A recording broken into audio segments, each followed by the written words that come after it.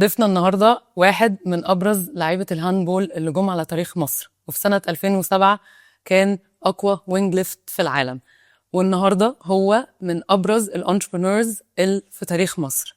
هنسمع حكايه كريم شكري، هيحكي لنا ازاي عدى بكل الترانزيشنز دي في حياته ووصل للنجاح ده. ازيك يا كيمو؟ مقدمة يعني حاجة بصراحة. ايه رايك؟ شكرا. انا مبسوطه قوي انك هنا. أنا كمان والله والله بجد لا يعني. مبسوط أوي. أنت كمان حتى من الشفت بتاعك. شكرا يا كريم. الشفت هابنز على الناس كلها. ايوه كلنا والله are going through shifts طول حياتنا يعني. كل يوم. هسألك سؤال بنسأله لأي حد بيجي shift happens، لو هتوصف نفسك في كلمة واحدة هتكون ايه؟ دي أنت فاجئتني بيها دي.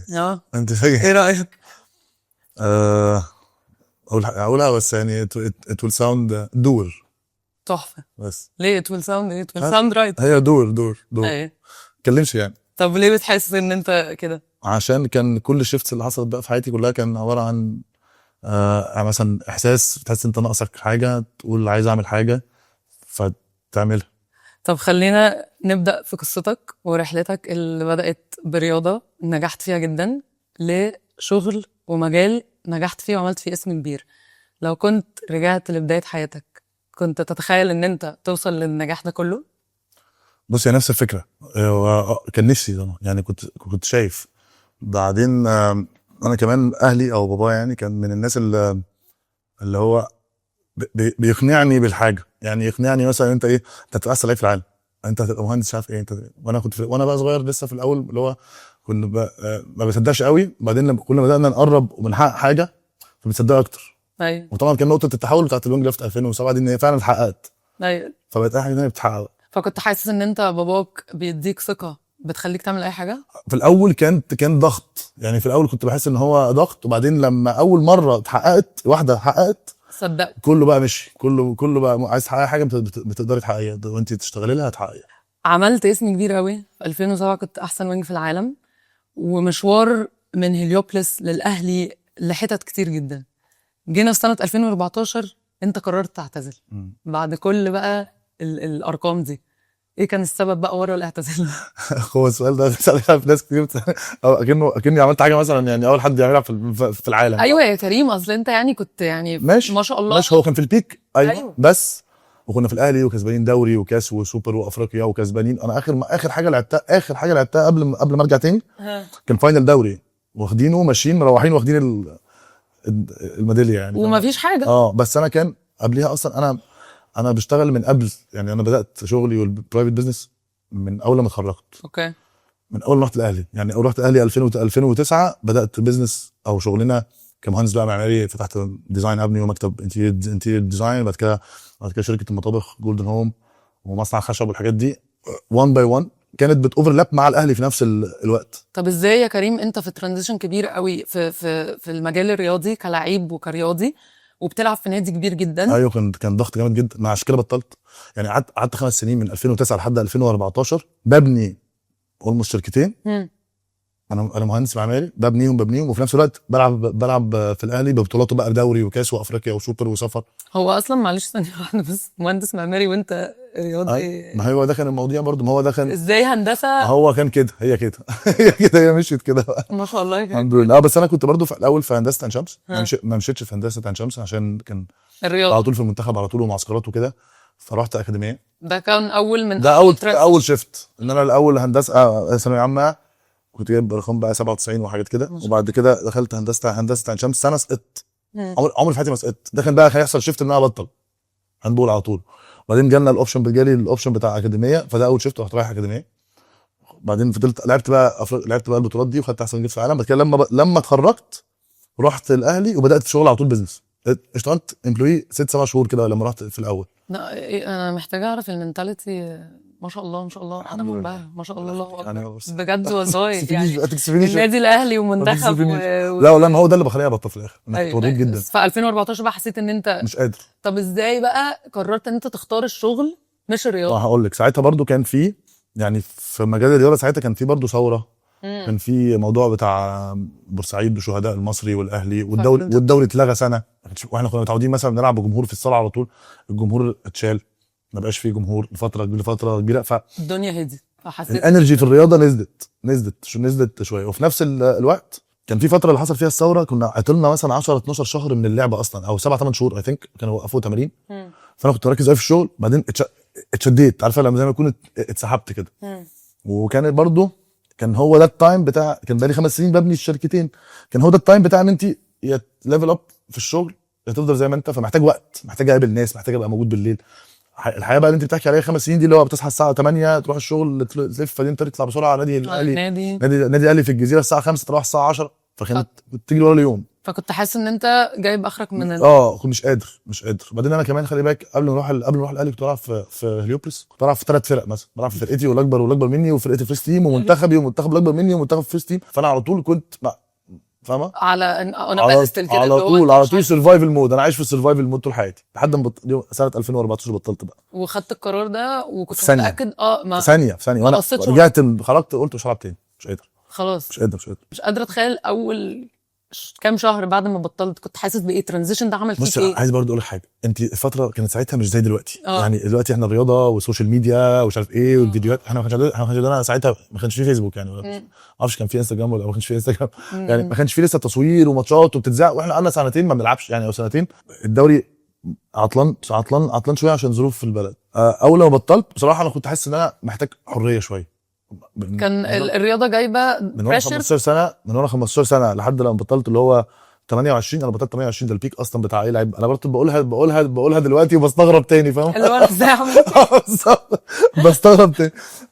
بطلت 28 من مثلا، قعدت حياتي كلها ملتزم، فاهم؟ ايوه لا هو يعني لما الواحد بيبقى ديديكيتد وديسيبليند وبيعمل حاجه لوقت كبير قوي، لما بتبطل بتحس ان كده حمل اتشال على قلبك بالظبط. بس عايزه بقى تخشي في الحته اللي بعد. ما احنا عايزين بقى ان انت وانت ما شاء الله ناجح جدا في شغلك، عملت اسست شركتين وصلوا ما شاء الله في وقت قصير لاسام لحاجه كبيره قوي. في وسط بقى كل ده انت قررت انت ترجع لا حسيت ان في حاجه ناقصه. ما هو دي بقى قصه تانية. يعني انت حسيت ان في حاجه ناقصه مع انك عامل اسم كبير قوي في مجال تاني. هو بقى مشيت، هي دي الشيفت هابنز بقى، هو ده الشيفت انت يعني بالظبط. هو بطلت، مش هلعب تاني. بعدين بقى خدت بقى الحريه اللي انا كنت نفسي فيها، بقيت اروح الصبح اروح الشغل، ما لعبتش رياضه خالص. قعدت اول سنتين ما لعبتش رياضه خالص. تخنت بقى. لا فاهمك جدا. يعني ما لعبتش رياضه خالص، اللي هو وحاسس ان انا يعني عندي كريدت ان انا ما العبش رياضه، يعني اللي هو ضميري مش مأنبني. تمام. ايوه ضميري مش مأنبني. ايوه بالظبط. فاول سنتين انا بطلت من 2014 ورجعت 19. اوكي. ال5 سنين دول اسميهم كده ايه، سنتين. اول سنتين حريه فظيعه، بزنس جوينج اب، الدنيا حلوه. بعدين الثالثه بدأ يحصل برضو مواضيع تعويم وحاجات كده في الشغل، فبدأ يبقى الشغل عليه ضغط بريشر عالي جدا جدا جدا. وبعدين بدأت بقى انا اكون ديبريست شويه، بدأت انا اكون مكتئب، مش عارف ليه. انا هقول لك الكلمه بقى اللي انت عايزه تسمعيها بالاخر يعني. اللي انا جاي اتكلم بالظبط، اللي انا جاي اتكلم عليه بقى. في السنه الثالثه كده، الثالثه الرابعه، حاسس ان انا عايز اجيب اجوان.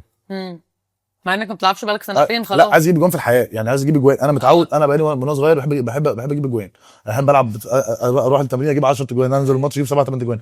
اكتشفت بقى ان هي دي الايدنتي كرايسيس اللي انت بتتكلمي عليها. شويه حسيت ان انا جسمي مش زي زمان، قلت يمكن هو ده الايدنتي، هو ده اللي ناقصني. رحت راجع اعمل فورمه جامده، رجعت جسمي كويس وخسيت، ورجعت تاني زي ما واحسن كمان لما كنت العب هاندبول. بعد كده كابتن احمد نبيل اللي هو كان مدرب فيرست تيم هيوبرس ساعتها كلمني، عاوز يعمل مطبخ، عايز يشتري مطبخ من عندي من الشركه يعني بتاع جولدن هوم. فقلت له نورني في المعرض. فجاي شافني قال لي ما تيجي تلعب معانا كوره بالليل، ده الفريق احنا هم في وسط السيزون، هم في شهر 3، تعالى العب معانا كوره، الشباب هتتبسط قوي لما تشوفك مش عارف ايه. قلت له طيب ماشي هاجي بالليل. فرحت سخنت معاهم كوره، هم بيسخنوا يعني كوره قدم، بعدين هنلعب بقى هاندبول. سخنت معاهم كوره قدم خلاص تمام. بعدين هم يلعبوا هاندبول بقى. كان يحيى درع موجود، بس يحيى كان بيلعب في الزمالك ساعتها، بس كان جاي كده زياره يوم ده فقال لي مشي معايا شويه بس كده، تعالى نمشي. قلت له ماشي. فبدات امشي الكوره شويه كده. اول ما مسكت الكوره حسيت ان هو ده الايدنتي كرايسيس. هو ده كرايسيس. انا كرايسيس بجد. هي دي بقى كرايسيس، هو ده اللي كان ناقص. بس نزلت معاهم التقسيمه، وسبحان الله يعني ايه، اكنك تعملي ابديت للابلكيشن لكنها ثانيه داونلود للابديت الجديد. بلعب هاندبول على طول. كان عندك كام سنه؟ ده 33. ده قلت له بقى عايز العب. قال لي ما انت مش هينفع تلعب دلوقتي، احنا في وسط السيزون، ممكن تيجي بقى على السيزون الجاي، تعالى قبل البري سيزون في 1/7. معلش يعني انت ولا روحت ولا فكرت في الموضوع، انت وانت واقف قلت له انا عايز العب. ايوه قال لي احنا مش هتلعب دلوقتي، اه انت شايف هتلعب، انا مش متسجل في القايمه يعني، هتلعب السنه اللي جايه. فبقى 4 شهور رحت. طبعا الفيزيكال اللي انا كنت عامله حاجه، واللي انا هلعب بيها هاندبول حاجه يعني. فعندي 4 شهور عشان ابدا اجري بقى، يعني ابدا اجري وانط وجامبات وكده. فقلت له هروح بقى اتمرن، قال لي لو عايز تيجي احنا هنبدا البري سيزون يوم 20/6 وهنسجل مش عارف يوم كام اخر 8 والدوري يبدا يوم 1/9. لا براحتك يعني. قلت له طيب ماشي. هي دي اللحظه اللي انت قررت فيها ان انت هترجع تاني يوم بقى الصبح بدات اتمرن فيزيكال ها للهاندبول، اوكي فيزيكال تريننج للهاندبول. ماشي. طبعا انا 33 فالموضوع صعب. ايوه انا لسه كنت هسالك ازاي بقى بعد ما بطلت 4 سنين يعني احنا 5 سنين ازاي في المرحله دي عرفت تحضر نفسك فيزيكلي وايموشنلي ومنتلي في سن مختلف تماما عن لما بطلت؟ كانت تقيله، كانت تقيله. وكنت راجع بوزن، يعني كنت عايز ارجع لعبت بوزن اقل من اللي كنت بلعب بيه في الاهلي من 6 سنين باولموست 9 كيلو. يعني انا كنت بلعب في الاهلي مثلا وانا 91، لما رجعت العب هاندبول وانا 33 سنه رجعت 81. دي كانت هي دي النقطه. كنت شفتها من الرياضيين الكبار، يعني شفت مثلا حتى اللي هم مثلا بنزيما ولا راموس والناس دي كلها، كل ما يكبر وفيدرر كل ما يكبر بيخس. ففهمتها الموضوع دي ان انت لو خس زياده 10% عن طولك. وبعدين بقى اتمرنت فيزيكال مع عمر شعراوي. طبعا اي هاف تو منشن عمر شعراوي. اي هاف تو منشن طبعا عمر شعراوي. ال4 شهور دول بالذات وجيت اتفرج عليها في اول ماتش. احكي لك بقى على اول ماتش. اتمرنت معاه جامد بقى. كنت انا 7 الصبح كل يوم مرتين في ال4 شهور دول. بعدين نزلت معاهم البري سيزون حسيت بقى في الوقت ده ان الترانزيشن اللي انت بتعمله هو ده اللي انت كنت محتاجه في الوقت ده؟ 100%. ما ترددتش؟ عايز اجيب جوان، بقول لك عايز اجيب جوان. ما ندمتش؟ عايزين نحط جون ونحتفل بنجيب جون وتحس بالاحساس بتاعه اللي هو في احنا الهاندبول كمان فيها لعبه فيها انستنت دوبامين. ايوه يعني تجيبي جون مهم يجيلك اكنك مثلا سافرتي سفريه مثلا شهر. بكلمك بجد والله. ايوه فهي دي اللي كانت ناقصه. وبرده كان ماي كاركتر. انا من وانا عندي 8 سنين كده. ايوه بس. انت خلاص ده انبدت في جسمك يعني، ده بيجري في دمك يعني. فلعبنا بقى. اي ثينك ان السنه الاولانيه لما رجعت حسيت ان انا لا ناقصني كتير منتل، لان بقالي 5 سنين ما لعبتش. فاول ماتش رسمي كنا بنلعب سبورتنج في سبورتنج، اول ماتش العبه من 5 سنين.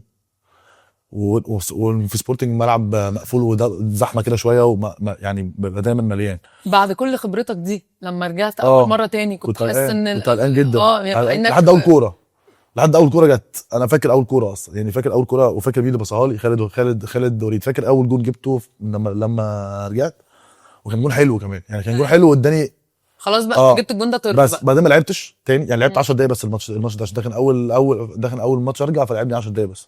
بعدين بقى يوم لعبنا الاهلي عندنا. ده ماتش كبير، وده فرقتك القديمه ده في اليوبلس بقى. عندنا الصاله بقى كانت فيها ناس كتير. انا عارفه الصاله دي. الماتش ده بقى هم كمان بتوع الاهلي اللي بيلعبوا في الاهلي هم، ولما انا كنت بلعب في الاهلي هم كان عندهم 10 سنين و8 سنين، فهم برضه جايين، هم برضه مخدودين ودول مخدودين والدنيا، وانا شخصيا مخدود. كلنا مخدودين وانا شخصيا مخدود. واولادي جم يتفرجوا عليا عمرهم مش بيشوفوني، عمرهم ما شافوني بلعب. فانت بتتكلمي في كل حاجه جديده. الماتش ده اتعادلنا مع الاهلي في اخر ثانيه، هم اتعادلوا معانا في اخر ثانيه. كان في بقى هادي رفعت وسيف درع، كان المجموعه كلها بقى. ودودو الجيل الذهبي. ومحسن كلنا وخالد وليد علي حازم وعمر نادر، كنا دي المجموعه دي. عملت ماتش بقى، حطيت مثلا 8-9 تجوان. الماتش ده رجعني بقى، ده الماتش رجعني اللعب. خلاص بقى انت كده من اليوم ده، الماتش بتاع الاهلي والهليوبلس ده، كريم شكري رجع لكريم شكري بتاع 2007 بالظبط. بس بقى قعدت السنه الاولانيه برضو ببيلد منتل شويه لان انا برضو بروح الشغل الصبح لسه. فانت في قرارات، يعني انا بقالي 5 سنين باخد قرارات في شغلي ممكن افكر فيها 5 دقايق يعني اقل حاجه يعني. طبعا احنا بترجعي تاني للشخصيه بتاعت الهاندبول، انت لازم تاخدي قرار مفيش تفكير كده. مفيش تفكير. فبرضه قعدت اول سيزون لعبت حلو جدا، بس مش انا يعني لسه مش اب تو ذا ستاند. السنه بقى الثانيه هو اللي انت بتحكي عليها دي. ماشي. انت بقى في السنه الثانيه سجلت 165 هدف في 22 ماتش. ده والله كنت هداف الدوري بتاعنا. ما شاء الله. سيف درع كان بيديني اسيست على طول في سن 34 سنه الحمد لله. 35 مع هليوبلس. وخدنا تالت كاس ولا تاني كاس مش فاكر، تالت كاس. لا يعني احكي لي على الترانزيشن والشيفت ده شيفت برضو كبير جدا في حياتك.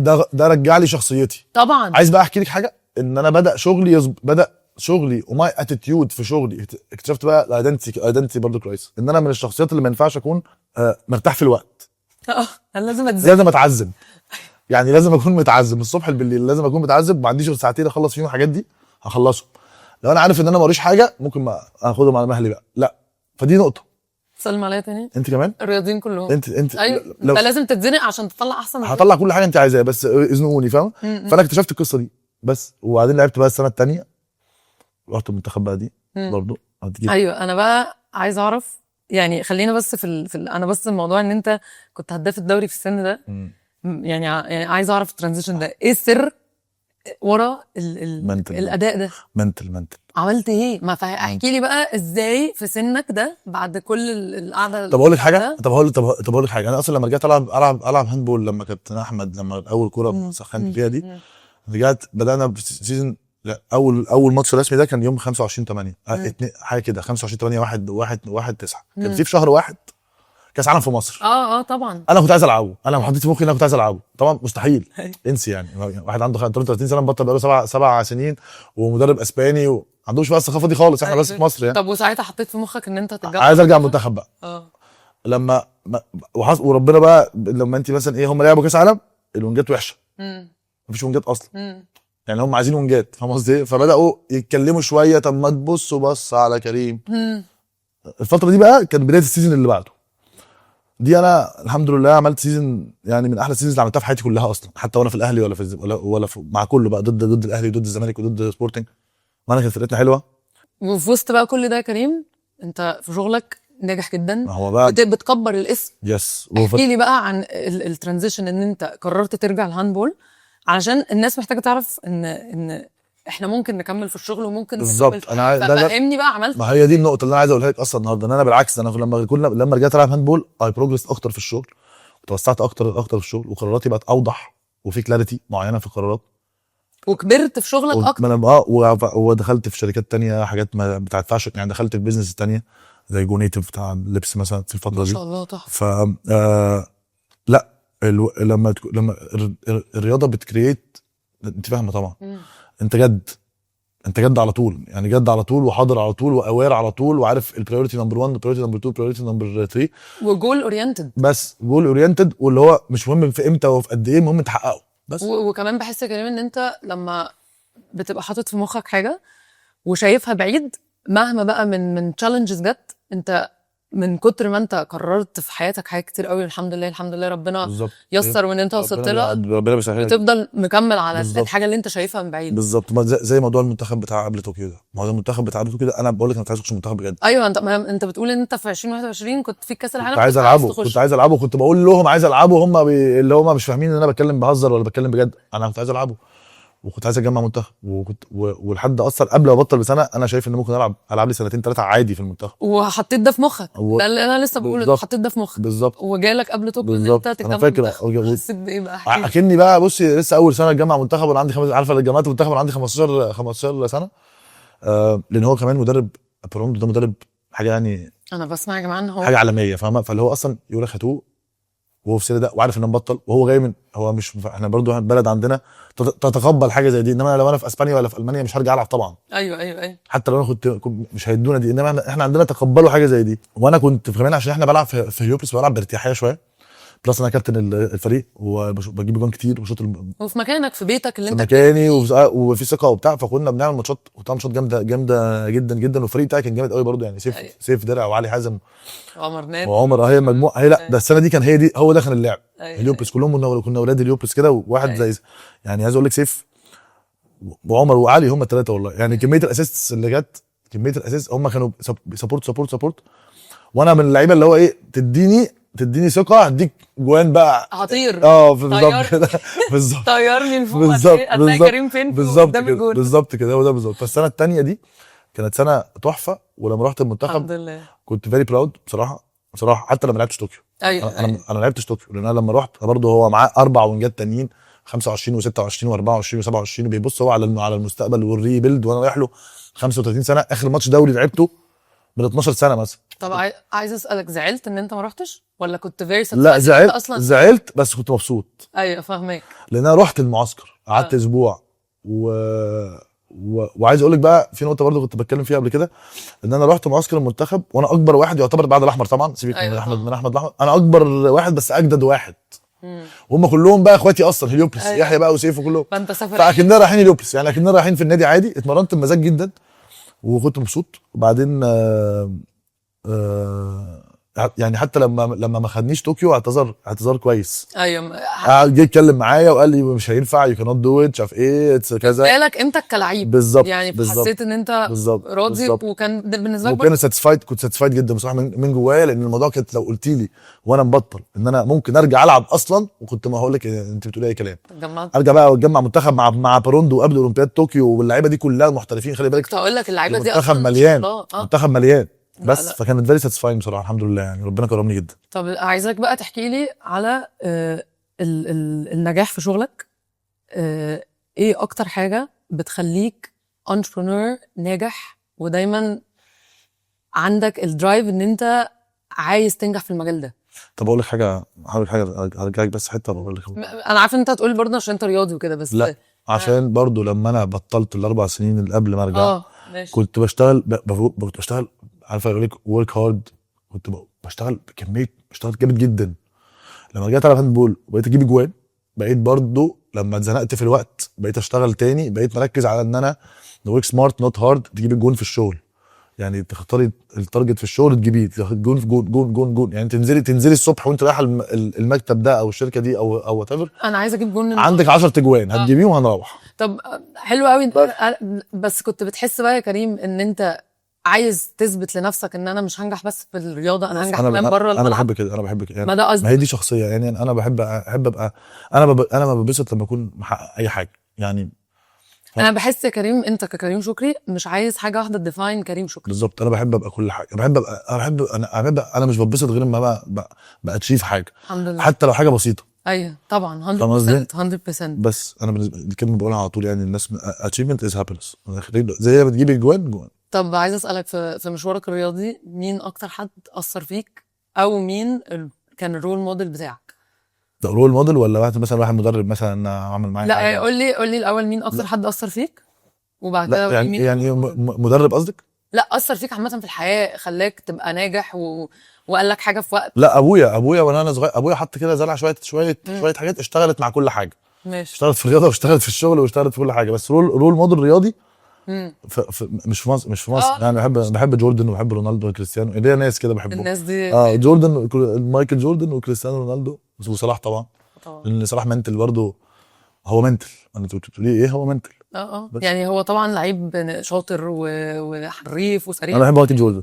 اه بحب فكر مايكل جوردن على فكره، هو برضه كرياضه وبزنس. مايكل جوردن لما كان عنده 18 سنه، لما لسه كان اول سنه رايح لسه بولز وهو بيمضي نايكي، هو بدا بيزنس برضه، دلوقتي هو نايكي.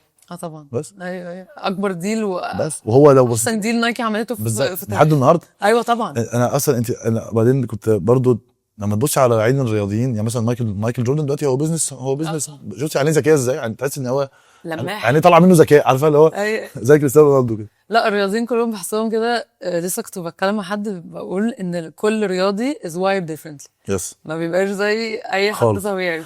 والعاب فرديه غير العاب جماعيه، كل واحد بيطلع له حاجه مختلفه. العاب فرديه عنده ضغط نفسي يعني كلنا. لا الالعاب الفرديه مثلا زي برضو السباحه والسكواش والتنس وكل حاجات الالعاب الفرديه، انت عليك القصه كلها، عليك القصه كلها، وعليك تعالج نفسك ودكتور نفسي بتاع نفسك وكل حاجه في الموضوع. الالعاب الجماعيه ممكن بنساعد بعض شويه، بس الالعاب الجماعيه ساعدتني انا، سبيشلي ان انا كنت كابتن فريق اغلبيه اللعب، حتى لما كنت في المنتخب وانا صغير كنت كابتن الفريق، كليدرشيب وكتيم ورك، ان انا لما رحت الاهلي ان مش انت النجم الوحيد وكل الناس نجوم وكده، ده خلت البيزنس ده اول درس بتتعلمه قبل ما تكون نازل الاهلي. بالظبط. انا عندي بارتنرز في الشغل، عندي شركاء في شغلي كله، وبقيت ما بحبش اشتغل غير ببارتنرز. طبعا يعني انت عرفت يعني ايه تبقى تيم بلاير، وعرفت ان انت ممكن ابقى ليدر معاهم، بس لا غنى عنهم، لا ما اقدرش اشتغل من غيرهم. نجاحهم ما يجيش منك، نجاحهم نجاحي نجاحهم. انا كل اللي في الشغل اللي عندي في بارتنرز. طبعا ايوه عرفت ان يعني ايه التيم مهم، وان كل واحد ليه جزء لازم يعمله عشان المنظومه دي كلها لازم تنجح بطريقه معينه. بالظبط. طب بعد بقى كل الشيفتس والترانزيشنز اللي يمين وشمال دي، ايه اكتر حاجه اتعلمتها في المشوار ده كله، مشوار الشغل ومشوار ان انت تبطل وترجع بصي اقول لك حاجه بقى، دي هي سبيريتشوال شويه. تحفه. انت ما تعرفش بكره فيه ايه مم. من الاخر يعني. كل يوم، انا كل شهرين ثلاثه، كل سنه بيطلع لي بيطلع لي قصه جديده، انا تيجي في مخي ابدا اشتغل حاجات ايجابيه كلها، ابدا اشتغل عليها احققها، او ربنا يوجهني العكس فاروح حته ان هو شيفت هابنز. بس هي شيفت هابنز ده كلمه اوكي، بس هي في الاخر هي جودز بلان، يعني هي ربنا طبعا بس طبعا هو كده ربنا كاتبه. وهي كل الترانزيشنز اللي احنا بنعدي بيها اصلا بنبقى فاكرين ان احنا حياتنا مرسومه بطريقه معينه، وفجاه حاجه بالظبط. بتحصل بتغير لك بالظبط. مسار طريقك، بالظبط. فبتقرر ان بالظبط. لسه هتسلم بالظبط. وهتكمل كل حاجه 100%. أيوة. طب بتلعب عيالك رياضه؟ طبعا. ايه بقى؟ ابني بيلعب هاندبول وجودو تحفه. يوم ويوم، بس هو صغير لسه 8، بس برضه ليا اسبابي، يعني اللي هو ده هنا فيزيكال وهنا كده. ايوه وانت تلعب باسكت، بنتي كبيره 11 ايوه هو. في اليوبلس طبعا. طب وانت بقى كأب بقى كنت نجم بقى في الرياضه، وهم بقى بتعمل ايه بقى لا، انا بتتفرج؟ بنتي كانت بتيجي معايا في ال5 سنين اللي رجعت العبهم دول. بنتي كانت بتيجي معايا التمرين كل يوم، تقعد على البنش وتخش معانا الفيستير وصاحبه فرق يعني. ايوه لا هي يعني انا جزء من رجوعي العب كان عشان اوريهم حاجه ما شافوهاش، ما شافونيش يعني بعد المشوار ده كله. ايه ده يا كريم؟ والله تحفة. والله. ايه ده ما والله اعرفش خالص. لا، عشان اوريهم حياه، مش انا. ايوه مش هوريهم. لا قصدي الحياه اللي انت عشتها قبليهم. بالظبط. أيوة. فكانت بتيجي في وسط الفريق، فعارفه تتكلم مع الناس كلها، عارفه تسمع الناس كلها، تحفة. يعني اساليهم حتى على طول معانا في الفريق وكده. فبالعكس ده كان جزء من الحاجات ان انت، عشان احنا في الزمن ده، انا ده البيليف بتاعي ان انا الرياضه بتحمي برضه. طبعا بس طبعا مليون في تشغل لك وقتك وبتاع على طول ما وقتك مشغول، انت تمام. طول ما انت مش فاضيه غير يوم في الاسبوع ولا يوم الجمعه او كل اسبوعين والحاجات دي، انت هتبقي حتى لو بتعملي حاجات. بتعلمك اساس الحياه، يعني بتدخلك في حاجات بدري قوي، سن بدري قوي، بالظبط. تعلمك حاجات كتير قوي. فلما رجعت العب كان ولادي بقى حاولت اديهم الحياه دي ومشت. يعني بنتي دلوقتي انا بشوفها رياضيه جدا وفاهمه وشنطتها وميعادها، يعني شافت ديسيبلين. بالظبط. إيه وابني كمان ديسيبلين، بس ديسيبلين من عند ربنا، ده لوحده. جاي من عند ربنا ديسيبلين كده. لا الحمد لله. لكن انا عارفه ان انت الصراحه هم اهم حاجه في حياتك. اه. وعارفه ان انت يعني على طول معاهم، وان انت اب يعني very present. بنزل الملعب معاهم وكل حاجه. انا عارفه انت very present مع اولادك، فدي حاجه we admire about you يعني. طب لو رجع بيك الزمن في كل المشوار ده هتغير حاجه؟ لا، من الاخر بقى هتعيش بقى الشمس دي كلها هي زي ما هي بالظبط. مش هتغير. هي layers of life مشيت، طلعت الاوتبوت ده الحمد لله انا راضي بيه. وعايزين تاني يعني، عاوزين تاني. ايوه ما لسه كنت لا اسالك يعني عشان بيقول لك لو رجع بيك الزمن كنت بطلت هاندبول هو ده حلو قوي ده. انا القصه دي عجباني. انا جريتفul جدا للي انا فيه دلوقتي. ايوه اتبنت ازاي بقى؟ اتبنت بكل ده. طب عايزه اسالك على حاجه ومش متاكده هيبقى عندك الرد ليها ولا لا. اي رياضي بيعدي بايدنتي كرايس، ومش اي حد بيبقى محظوظ ان هو زيك يقدر يلعب رياضه وينجح ويبطل ويرجع ويبطل تاني. لو حد بيمر بايدنتي كرايسس تقول له ايه وهو لسه بيلعب لما يخلص؟ يعني هو نجح وخلص وعنده بقى ايدنتي كرايسس، حاسس ان هو عايز يرجع ومش قادر، ما عندوش البريفيليج اللي الحمد لله كانت عندك ان هو يقدر يرجع، يعمل ايه؟ سؤال صعب بس انت عشت الاكسبيرينس كامله. لا هو لازم يكون عنده. اصل هو في الاخر ايدنتي كرايس دي وجهه أيوة. وجهه نظري، مش مرتبطه بفيلد، يعني مش مرتبطه بسبورت او شغل. صح. هي مرتبطه بتحقيق. صح. حاجه ثانيه. صح بس 100% سهله. يعني ايدنتي از تحقيق. طيب. يعني ممكن يكون واحد بيلعب رياضه ما كانش ناجح قوي في الرياضه، ولما يبطل ما عندوش ايدنتي كرايس. صح بس 100%. الحمد لله خرجت من السؤال سالم. لا قلت منه خروجه حلوه الحمد لله. طب دلوقتي بقى انت الحمد لله لما رجعت عملت الحاجات اللي انت كان نفسك فيها وبطلت. كريم از ان اتشيفر. كريم عينه على ايه اللي جاي الفتره الجايه في الحياه بقى؟ عينك على ايه؟ لا البعيد يعني ولا قريب؟ عايز ارجع تاني مجال الرياضه، بس مش بس اللي هو عندي نادي. تحفه. يعني عايز تعمل حاجه في مجال الرياضه. لا عايز عندي نادي من الاخر. عايز يبقى عنده نادي. اي حد بيعمل نادي. سجل دلوقتي. لا عايز عندي نادي، حاجه ممكن نادي هاندبول مثلا بره مصر، ممكن نادي مثلا في مصر احنا ناسسه، نادي رياضه واحده، نادي رياضه اجتماعيه، لسه مش عارف، بس انا عايز تغير أفضل حاجه، جوه. عايز تعمل حاجه مختلفه. عايز افضل جوه المنطقه دي، بس مش لازم انزل قوي في حته التدريب والحاجات دي، لا عايز ابقى في الفيجناريز بتوع الحته دي. ماشي تحفه. هتبقى بس- طايره. بس لسه شويه، مش دلوقتي، بس ده اللي انت ده الاند جول ده بتاعك. يعني ده ممكن اقول لك ده ريتايرمنت بلان. اوكي نادي. صح. لا ده عمري ما فكرت في الموضوع ده. لا بس كلهم عندهم نوادي. انت لاقي قوي على الموضوع ده. انت كلهم عندهم نوادي على فكره، يعني بقى يعني صح كل اللعيبه الكبار، باكم ورونالدو فينومينا ايوه كلهم عندهم نوادي. ده هم كلهم خرجوا كده، ما هم كلهم خرجوا من كده. وعلى فكره هو مثلا فينيسيوس جونيور بيلعب لسه، هو مشتري نادي، كلهم شركاء في نادي. ايوه صح. ده يبقى شيفت هابنز جامد قوي بقى. ليبرون جيمس في ليفربول، يعني هم كلهم بيفكروا باللغه دي. ايوه وانت كمان عشان عندك فيجن مختلفه عايز تعملها بطريقتك. مش عايز بس اكون ببالغ في اللي انا عايز في اللي انا بقول لك اللي انا عايز اعمله، بس هو ده اللي نفسي اعمله. ايوه لا بس يعني دي حاجه انت نفسك تعملها الحمد لله. وانت يعني تستحق يعني انت لعيب كبير ومريت بحاجات كتير. يعني مش عارف بقى في مصر ولا بره ازاي ممكن ينادي ناشئين، بس المهم عايز منظومه تبقى انت مسؤول عنها. بالظبط. تعالي معانا بقى في مجلس الاداره بتاع النادي. يا سلام ده شرف. نجيب الشله كلها، نجيب الشله كلها ونعمل احلى شله الرياضيين المبطلين كلهم. تعالوا يا جماعه نعمل نادي عشان لو ده عشان عليكم كلكم، علينا كلنا. يلا عشان تتعالجوا كلكم. لا كريم بجد تحفه. الترانزيشنز دي بقى كلها والتبطيل والرجوع، خدت قرار انك تبطل لاخر مره ازاي؟ تاني اللي هو الاخيره دي. التبطيله الاخيره دي جت ازاي وليه وامتى؟ ده لسه من شهر 10 اللي فات.